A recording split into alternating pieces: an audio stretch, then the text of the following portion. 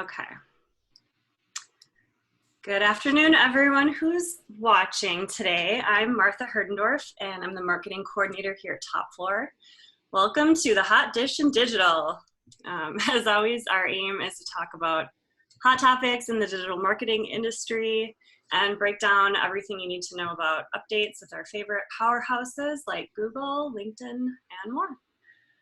Today we have Abby and Emily from our team, and both are experts in all things digital marketing. They're going to be talking a lot about Google today, so rankings, ranking drops, and a lot about algorithms. If you have any questions along the way, please drop them in the comments and we will make sure to get to as many as we can. So, hey girls, how's it going? Good, how are you? Oh, good. Hi. Thursday afternoon. You're starting it off with Google, you know, that's all that matters. Oh yeah. All right, you guys can take it away. Go ahead, Emily. Thank you. Well, I'm going to start talking about Google rankings and how to identify drops and how to fix them if you notice that they're dropping. So first off, when you type a term into Google, say like industrial vacuums or something, Google is going to give you a bunch of search results that they feel are the most authoritative on the subject that you typed in, and then within your location. So a couple of things that you can notice that if your rankings start to drop, if you're paying attention, the first thing is site changes. So if you update content and then somehow leave out a keyword or write content that has the keyword further down on the page, Google might not see that right away or towards the top of the page, and they might push your rankings further down. Another thing that can affect ranking is if you update meta tags and title tags. So if you leave out the keywords or if you shorten a keyword or something, it might take Google a little bit longer to crawl those and to bump your rankings back up. The next thing that can affect ranking is Google algorithm updates. So Abby, could you tell everyone how or which algorithm updates can affect keywords? Yeah, so I think it's important to just remember that Google consistently throughout the year is releasing different algorithms at different times. However, there's only two really big times during the year that they announce full site-wide different changes that they've made when it comes to paid, when it comes to organic and everything. So obviously when those two changes come out, it's really important to make sure that you're watching, especially as a small business, just to see that you're maintaining the type of algorithm standards that Google is having. So as Emily had kind of mentioned, indexing is a big thing for Google, which just essentially means that they want to see those top level keywords on your website. So Emily had kind of said that there are a couple different algorithms that virtually changed this in the future or in the past. So Florida and Panda are actually, they're not new algorithms, but instead rather algorithms that have been around for quite some time now. So Florida virtually revolutionized the way SEO rankings ended up taking place. They took into account keyword ranking by integration on the site, as Emily had mentioned, through those title tags and meta description, but then through the copy on the site and headlines. So just making sure that they're also incorporated in H1s, H2s, H3s, and that hierarchy is there is very important. And then root keywords is also a really important thing that I think we sometimes don't always think about. So it's just remembering that just because you don't have the full keyword in, or the full keyword that you're trying to target doesn't mean that it's going to take away from that. So as long as you have the root keyword, someone's search will virtually come up for it. So that's always something to keep in mind. As well as with Florida is this external linking and then backlinking opportunities, which revolutionized later on through their algorithm updates. But this was just kind of the start of it. And then, as I had kind of mentioned also, Panda also took into account these longer tailed keywords. So instead of just including those roots, they would allow you then the option to include long tail keywords that individuals will then be able to search in bulk, which then gave us as SEO individuals and small businesses the opportunity to combine pages that might not have necessarily been able to go together to begin with because of the fear of indexing and appearing lower on the search results. So I think that's really important to consider. And Emily, as you mentioned, keywords are a big part of these algorithms and how they are moving forward.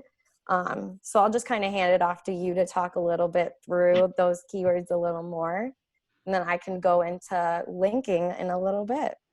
Cool. Thanks, Abby. Mm-hmm. And then off of the keywords too, competitors tend to like to look at what keywords you're ranking for. And that goes into the third biggest thing that can affect your ranking is competitors updating their content to a point where Google sees that they're more authoritative on the keywords that you are trying to rank for. So those are the top 3 that can affect your ranking. And now I'm going to tell you how to identify specifically the cause to determine which change was the cause. So some tools that we at Top Floor like to use include Google Analytics, Google Search Console, and then we use SEMrush's competitor analysis toolkit. This helps give us a better idea of what competitors are ranking for, how our rankings have been affected, which pages specifically lost ranking, and then a couple other like traffic information, other metrics that we use to calculate ranking. Another way you can determine is by keeping tabs on your competitors' content. So if you know that they have similar products and pages that might have the same keywords as you, make sure you're checking in on a regular basis, see if they've made any updates. And if you notice that their rankings have become higher than yours, that's a good indicator that they've made updates to their content. Another thing to watch, as we've mentioned, is keywords. So making sure that you have proper keyword saturation throughout all of your content, making sure that keywords are implemented in your title tags and meta description. And like Abby said, in the H1s, H2s, H3s, that's really important too. And then moving forward, once you identify the cause, it's relatively easy to fix it. If it's an algorithm update, there's a tool where you can see the latest Google updates. There's a couple of other websites too, like Search Console that you can look at. But the big thing is making sure that your keywords are visible, are at the top of the page, are in not overly saturated, but generally having 1 or 2 instances for every 2 or 3 paragraphs is a good rule of thumb I like to go off of. And then another way to stay on top of it is doing a deep competitor analysis twice a year or so. So every 6 months, that's a really good way to stay ahead of your competitors and making sure that you are maintaining or improving your ranking. The last thing is communication between your teams. So if you're making updates on your website, make sure everyone knows that that's what's happening, whether it's to the sitemap or to layout or even just content, making sure that you're communicating that so you can be aware of any changes that might affect your ranking. Yeah, Emily, I was going to ask you, have you noticed that in lieu of COVID, there's kind of been this decrease in rankings or even just maybe like impressions or clicks, click-through rate, stuff like that could potentially affect websites? That's a question. Thanks, Abby. We have noticed a little bit of a decrease in clicks and impressions just because people aren't searching as much as they usually would. Rankings have maintained pretty steadily. A lot of people are focusing more on trying to get business in rather than updating content on websites or anything like that. So rankings have maintained, but overall traffic has decreased just a little bit. Yeah, and I think that's to be as expected with what's kind of been happening. People aren't just actively searching as much as they used to be pre-COVID. So, yeah, exactly. I had another question. Okay, so let's say you see a ranking drop and you go in and make all the fixes Is there any way to know how long you can expect until your rankings will go back up? It's relatively a slower process because you have to wait for Google to recrawl your site, and that can take anywhere from like a week to a month, depending on how deep the keyword or the page is. If it's a main navigation page or like right off of the main navigation, it tends to be pretty quick. We tend to monitor every 3 to 4 weeks to start seeing improvements. Okay. Yeah, and I was going to say too, I think it's always important to keep in mind that SEO isn't as direct as paid. So it is important to remember that like patience is a virtue. So waiting on that is definitely it's gonna end up resulting in something great, but you just have to take that time and trust in, I guess, the process of Google and the process of the interweb to figure out if that's just going to continue to increase. And I think a big factor, and something that I kind of alluded to a little bit earlier, is this idea of linking. So on a website, Penguin was another one of the big Google algorithms, which actually Top Floor has a giant penguin at the front of our office. And I remember showing up for my interview like last year, and I was like, why do we have a penguin stuffed animal? And then I finally get it. It's an algorithm by Google. But so basically Penguin revolutionized the way we look at linking opportunities on websites. They basically opened up internal linking, saying that if you have internal links on your own website, it automatically increases that indexation that Google goes through. So it almost considers it as like an external link, which then just moves you higher up. And then with that backlinking, so just maintaining a high amount of backlinking, I think we kind of go through it and we at least make sure we can identify 10 to 12 opportunities for individuals. But then with that, external linking is always something that's going to continually boost a website. So as many opportunities as you can to have individuals like link to your site through that backlinking by a testimonial or something like that. But then you also link to another individual's site through an external link, through a testimonial or a case study or something like that. That'll just continually increase then the way that your website gets indexed, and then it'll virtually move you higher up on the page regardless of if your keyword is being searched properly or being searched that much at all, just because of the amount of work that's been put into that linking opportunity. And I think, I guess, just a big takeaway too for like B2B businesses is we kind of have a bit of a checklist for B2B businesses to do by yourself, just to make sure that your website is there. Obviously, feel free to reach out if you have any questions for us on more of this, but pretty much we just want to say like, check your website to make sure you're targeting the right keywords. Keyword search volume should be highly ranking on each page, or at least make sure you have a high ranking keyword on each page, because otherwise it's not going to get any type of traffic. Implement keywords in your metadata and title tags, as Emily had mentioned, and we've kind of been repeating. Root keywords definitely can assist with overall similar phrases, so don't be afraid to just include a root keyword and then let Google's indexing just provide you with the rest. I guess understand those external linking, internal linking, and backlinking opportunities and where you can do that and implement those on your site. But then also don't be afraid to add these long-tailed keywords to combine those similar pages, just because it condenses your site, makes it a little bit easier to read, and then you're also providing the user with a better experience, being able to just kind of move through all these things that relate to one another, and then reaching out if they have more information. One question I had was, can we talk a little bit about how companies should be aware of when new algorithms are happening, because they can often shift rankings, and how can they stay on top of that and prepare for those shifts?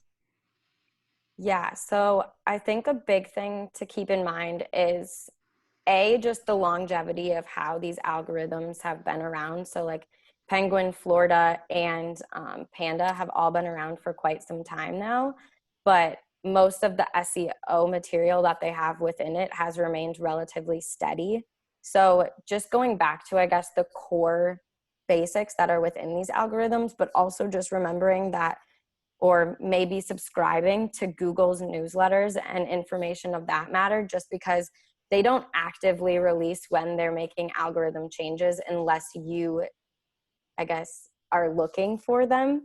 So then if they end up making one every month, we're not going to know until they have that big seminar, which I believe is twice a year, where then they release everything that they've done within X number of months. So just making sure to, I think, subscribe and stay on top of things like that is the most important. I know that's what I try and do. But Google is kind of a beast, so it definitely takes a little bit and some dedication to make sure you're staying on top of it. And another thing too, Google is constantly updating their algorithm, like at least once a month, but then release major updates maybe 2 or 3 times a year too.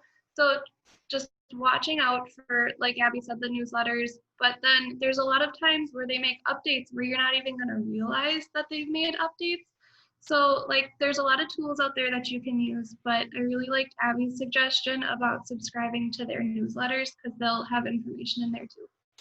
And you can subscribe to Top Floor's newsletter because we will always let you know when we know. And when we know, everyone will know. Oh, yeah. Yeah, so I think, as we had kind of mentioned, subscribing to those things, but I also have noticed there's been several times that I've logged into analytics or even Google Ads kind of going onto that paid side of things, where we'll just even notice formatting changes that they've put in place, which kind of then makes the job of looking at data, interpreting data, and understanding it a little bit more difficult as well. So it is important to obviously understand the platforms that you're able to use to watch these rankings, but then also to just watch the overall growth of your website. It is important to have these types of tools to use, just because otherwise, how do you really know how your website's doing? It would just be searching yourself in Google, and that's not necessarily the most reliable way of ensuring that your website is increasing. So I would definitely say just making sure everyone's on top of it and, checking your business, making sure that you have those keywords implemented. And then obviously in lieu of COVID right now, it's kind of been a bit of a tricky position for us as well, because as Emily had mentioned, we have been seeing that rankings have stayed relatively the same, with impressions and clicks decreasing, virtually resulting in organic traffic to decrease. But we keep saying that it's nothing to be concerned about, because it really isn't. As long as rankings aren't decreasing and it's just impressions, it's just showing that individuals are still potentially hesitant to just search, reach out, and then maybe contact or request a quote. It might be something that they're keeping in their back burner, though, for when business starts to pick up again. So I do just kind of like to remind everyone that with these circumstances, we are kind of seeing a bit of a fluctuation, but it's not necessarily anything to be too concerned about at this point. It's good to know. Mm-hmm. Cool. Well, do either of you have any closing comments or any other questions for each other or anything else? I don't think I do. I think we'll give the audience a quick second to maybe ask some questions. Awesome. Before we all head out for our Labor Day weekend. Oh, it's going to be great. I'm excited. Wisconsin's been nice to us lately with this weather. No. Definitely. I'm just checking quick to see if we had anything come through. Don't think so. If anyone that's watching or watching after the fact has any questions, please feel free to reach out. We are more than happy to help answer anything you might want to know. And if you have any questions right away, Abby and Emily both wrote fantastic blogs on these topics. So if you head over to topfloortech.com and check out our blog, you can stay up to date there. And like I mentioned earlier, subscribe to our newsletter. We're always featuring blog posts, and you can find us on social media everywhere. So no questions. If you guys don't have anything else, I think we can say thank you to everyone for watching, and we will be back probably in a couple weeks with more hot topics on the hot dish. Great. Right, thanks, ladies. Bye. Thank you. Thank you. Bye.